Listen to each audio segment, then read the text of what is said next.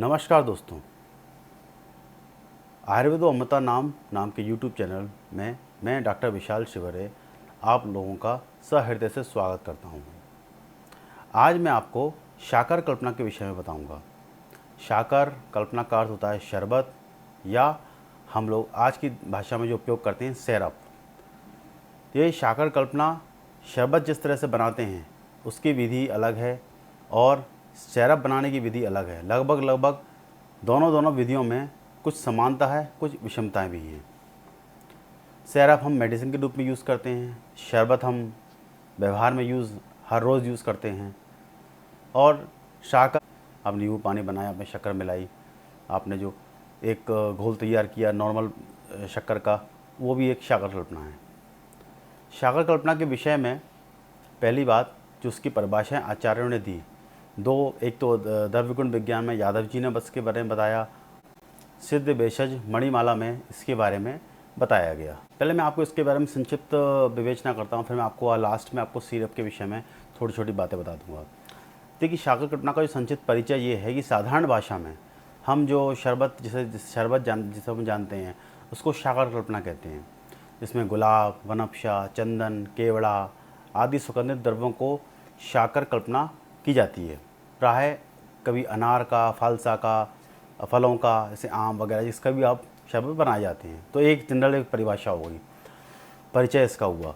अब परिभाषा में इसके जो यादव जी ने बताया इसके विषय में, अब इसकी परिभाषा जो शास्त्रोक्त परिभाषा जो बताई है सिद्ध भेषज मणिमाला में, जो इसकी शास्त्रोक्त परिभाषा बताई है वो ये है कि अष्टगुण जल में एक पल कुटित द्रव्य को लेकर रात्रि पर भिगोकर उसको मंदाग्नि पर पकाकर अष्टांश अगर शेष रहने पर उसको वस्त्र से छानकर 4 पल, अब 1 पल बराबर क्या होता है मैं आपको डिस्प्ले में दिखा देता हूँ, आपको पता है, 4 पल शर्करा डालकर उसको पुनः धीरे धीरे उसको पकाएं। और जब तंतु युक्त हो जाए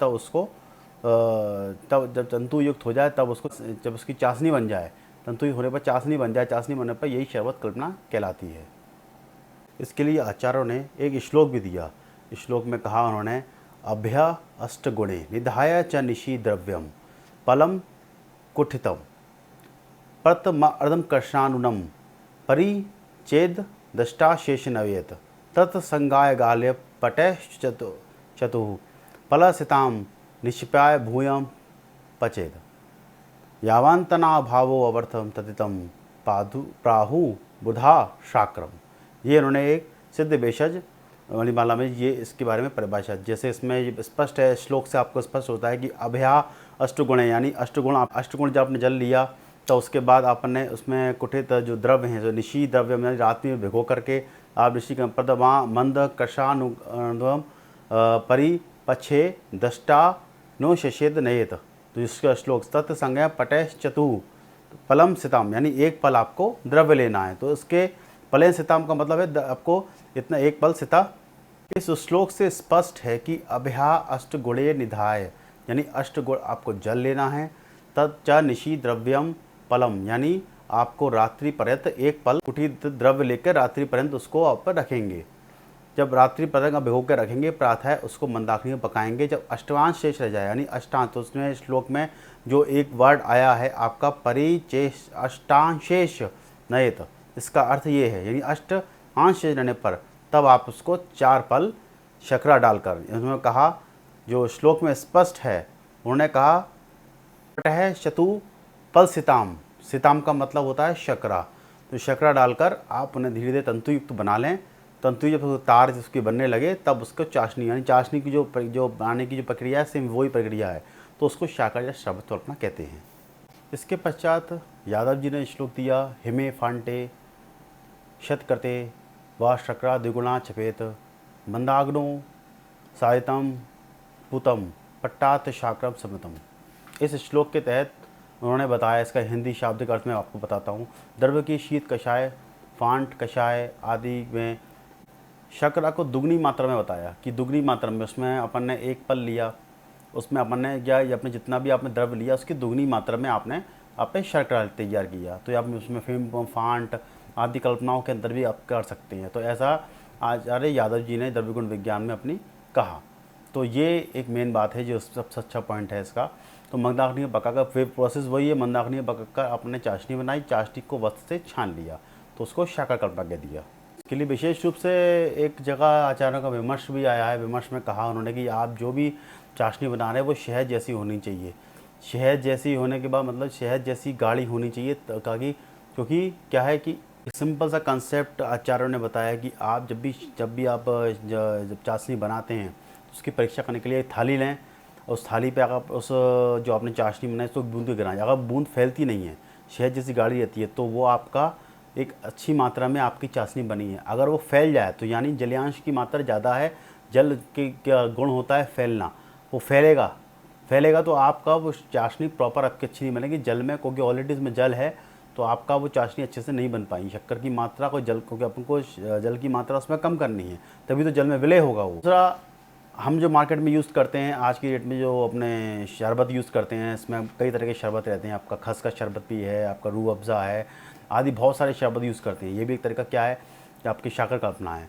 उन्हें बना के आपको ऑलरेडी दे दिया, उसके अंदर प्रिजर्व करने के लिए वो सोडियम बेंजोएट, पोटेशियम मेटासल्फाइड और साइट्रिक एसिड जैसे आपके प्रिजर्वेटिव्स डालते हैं, जिसकी वजह से वो काफ़ी समय तक टिका रहता है, काफ़ी समय तक ख़राब नहीं होता है। तो ये एक सबसे इम्पोर्टेंट बात इसकी है जो याद रखने वाली चीज़ है। इसके बाद आपके जो इसके उदाहरण है, उदाहरणों में सबसे ज़्यादा इसमें वनस्पति शर्करा, स्यादल शक्कर निर्माण आदि, इनके बारे में जो मैंने एक चीज़ बता रहा, चाशनी की अपन को तो अपन चाशनी या बेल शरबत किसी की भी अपन परीक्षा करते हैं, तो एक मैंने थाली वाला उदाहरण दिया। दूसरा मैंने बताता हूँ कि तर्जनी और अंगुष्ठ को अपन को चाशनी को पकड़ के अपन, ये तर्जनी उंगली कहलाती है आपकी, तर्जनी ये आपकी मध्यमा, फिर अनामिका, और चौथा कनिष्ठा, और पाँचवा आपके अंगुष्ठ कहलाता है। तो ऐसे करके ये आपकी ये 5 उंगलियाँ हैं। अब इसमें आपको जो आपकी तर्जनी होंगे, तर्जनी उंगली अंगुष्ठ से पकड़ के आपको छानना है। जब तार बनने लगे तो आप समझ जाए कि आपका बिल्कुल परफेक्ट आपकी चाशनी बनी है।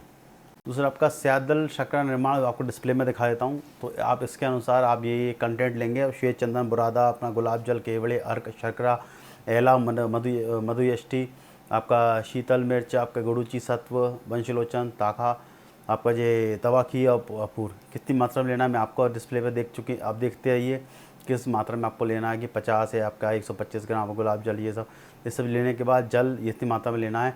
निर्माण विधि सिंपल है इसकी, जिस प्रकार शरबत बनाया जाता है सेम वही प्रोसेस रहेगी आपको। या कूट करके 50 ग्राम रात्रि पर्यंत अष्टगुण जल में 400 ग्राम जल में भिगो दें। प्रातःकाल इसको अग्नि पर चढ़ाकर मंद मंद अग्नि से पाक करें, और पाक होते होते आपका अष्टमांश अर्थात 50 ग्राम अब लगभग रह जाए तो उतार कर आपका स्वच्छ वस्त्र से छान लें। 200 ग्राम शर्करा डालकर पुनः पकाएं। फिर तार या चाशनी बन जाए तो गरम गरम वस्त्र से छान लें। अंगुष्ठ या तर्जनी उंगली के मध्य में रखकर उसको दबाएं, और बूंद बूंद सा तार जब बन जाए तो उसको देखें। तो ये इसकी सिंपल प्रक्रिया है। इसकी जो मात्रा है 25 से आपका 50 मिलीलीटर तक, 150 मिलीलीटर जल मिलाकर के भी लेंगे आप।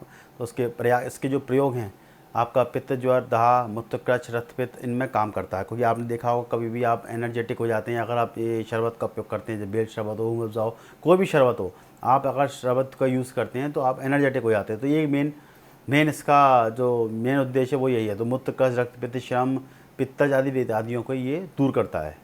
बाद बनफशा शर्करा, बनफशा बहुत इंपॉर्टेंट है, आपको आधा डिस्प्ले में दिखाया था आपको कितनी मात्रा में बनफशा शर्करा लेनी है। आपको डिस्प्ले में दिख रहा होगा कि आपको 1 किलोग्राम आपको बनफशा लेनी है, शर्करा लेनी है। निर्माण विधि सेम टू सेम वही है जैसी आपने अभी तक वैसे बनाया है, तो उसमें मैं ज़्यादा चर्चा नहीं करूँगा। आगे इसकी मात्रा अनुपान है, मात्रा आपके 25 मिलीलीटर से 200 मिलीलीटर तक अपन ले सकते हैं, ठीक। और इसके बाद पित्त ज्वर, फिर जीर्ण ज्वर अत्यंत लाभकारी होता है। प्रतिक्षय, कांस, श्वास, शरीर में लाभ होता है। लेकिन एक चीज़ का ध्यान रखना है, मधुमेह के रोगियों को ये आपको शरबत कल्पना या शक्कर कल्पना से अवॉइड करना है, देना नहीं है। बहुत ही विषम परिस्थितियों में देना पड़ेगा, क्योंकि अगर शुगर उसका हाई हुआ तो उसको प्रॉब्लम होगी। तो ये सबसे इम्पॉर्टेंट है, तो इसकी चीज़ का ध्यान रखा जाए बिल्कुल भी। तो ये अपन कंट्रास्टेशन है कि इनको नहीं दे सकते। आचार्य ने इसको जयपुरी भाषा में भी बताया है, जो अपने वैद्य कुलगुरु भट्ट श्री कृष्ण राम जी ने इसको थोड़ा अलग तरीके से इस बनफशा शर्करा की भाषा में बताया। उन्होंने कहा, जरादिता या कटुकान कश्यान चेत पिबेद की वेद वैद दयम निबोध हंस मधुपचारे वहाँ बनफशा सार पिलावे। तो इसका अर्थ सीधे सीधे अंतरों में ये है कि ज्वरग्रस्त जिन सुकुमारों को, रोगियों को ज्वरग्रस्त जिन सुकुमार रोगियों को कटु कषाय औषधियों पीना कष्टप्रद लगे, उनको बनफशा शर्करा पिलावें। पित्त ज्वर में शमन होता है। वैद्य कुलगुरु ने ये इसके बारे में बताया। तो ये इस चीज़ का विशेष ध्यान रखें। हमेशा बच्चों में बहुत ज़्यादा उपयोग किया जाता है, इसको अपन सिरप कहते हैं। सिरप कल्पना का ही एक इसी का रूप सिरप कल्पना है। अब मैं थोड़ा सा आपको सिरप कल्पना के विषय में बताता हूँ। ये सिरप को हम सॉल्यूशन भी कहते हैं। तो सॉल्यूशन की परिभाषा सिंपल है। सिरप जो बना है, जो सॉल्यूशन बना है, वो सोल्यूट और सॉल्वेंट के कॉम्बिनेशन से बना है। जो सोल्यूट और सॉल्वेंट, जो सोल्यूट है वो सॉल्वेंट में डिज़ोल्व हो जाना चाहिए। तो यही एक सॉल्यूशन का सबसे दोनों मिलके मोनोफिजिक अवस्था होती है। तो उसको अपन यहाँ पे सॉल्यूशन को बनाया, ये एक शब्द का अर्थ है। मोनोफिजिक का अर्थ है चीनी में पानी मिलाया तो चीनी नहीं दिखेगा, तो कहता है मोनोफिजिक कहलाएगा। नमक को पानी में मिलाया, नमक दिखता है क्या, तो उसको मोनोफिजिक कहते हैं।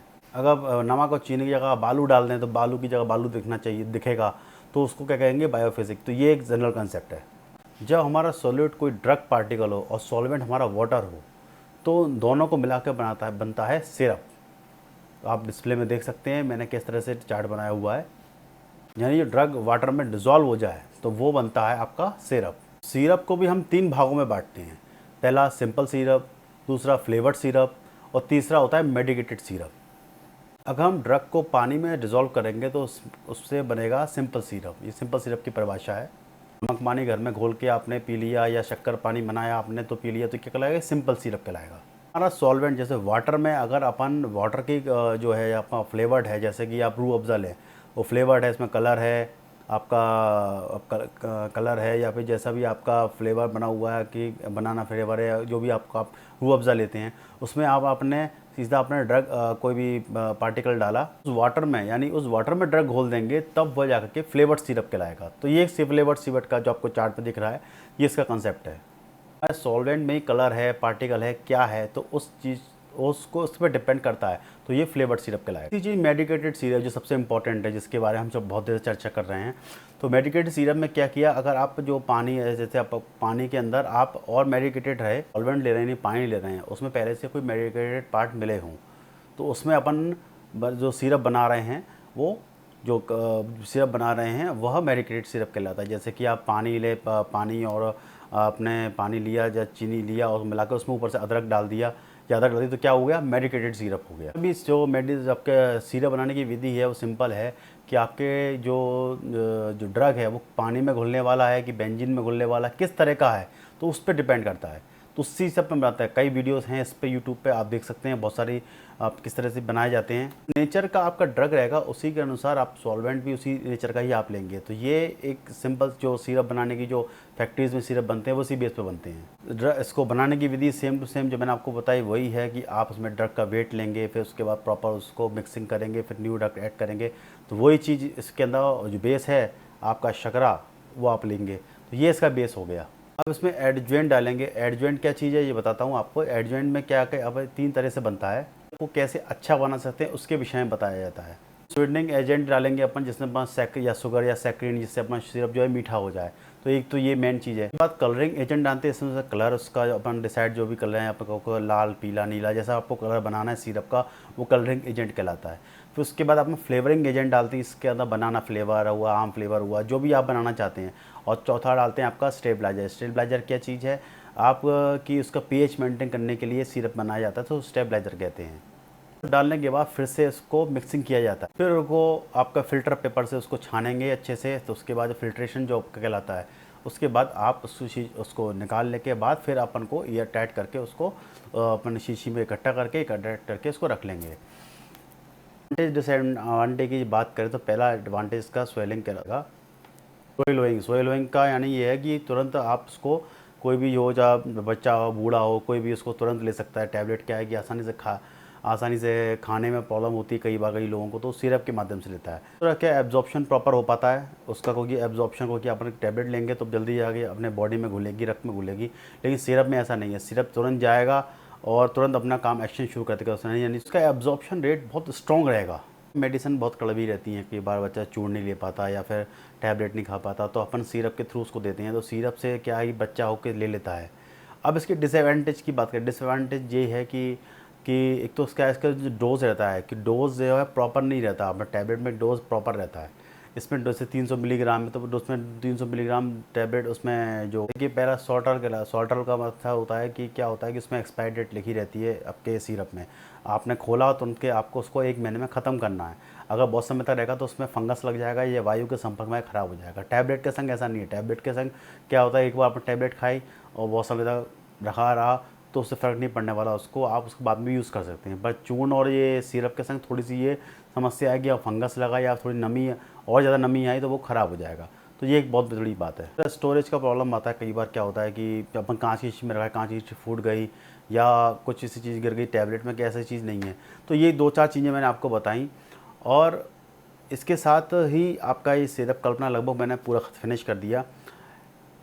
इसके साथ ही हमने आपको मॉडर्न और आयुर्वेद के अनुसार हमने आपको सिरप कल्पना के विषय में बताया। आप लोग घर में गर्मियों के सीजन में अच्छे से आप घर में सिरप बनाइए, ज़्यादा बेनिफिट रहेगा, बेहतर रहेगा। आप तुरंत सिरप बनाएं, सिंपल सॉल्यूशन से बनाएं, आपको जल्दी इफेक्ट होगा। बाकी कोशिश करें कि रूह अफ़ज़ा जैसी चीज़ें ना लेनी पड़े, क्योंकि आप एक तरह से जो मेरा जो अपना ओपिनियन है कि प्रिजर्वेटिव चीज़ें बहुत समय तक बॉडी में रहने से नुकसान ही हो सकता है। तो आप सिंपल सिरप का ज़्यादा उपयोग करें, ये मेरी आपके लिए आशा है। इसके अलावा मेरी दी हुई जानकारी और आपको मेरा वीडियो पसंद आए तो आप लाइक, शेयर और कमेंट करना बिल्कुल ना भूलें। इसके लिए तब तक के लिए मैं आपसे आज्ञा दीजिए। धन्यवाद।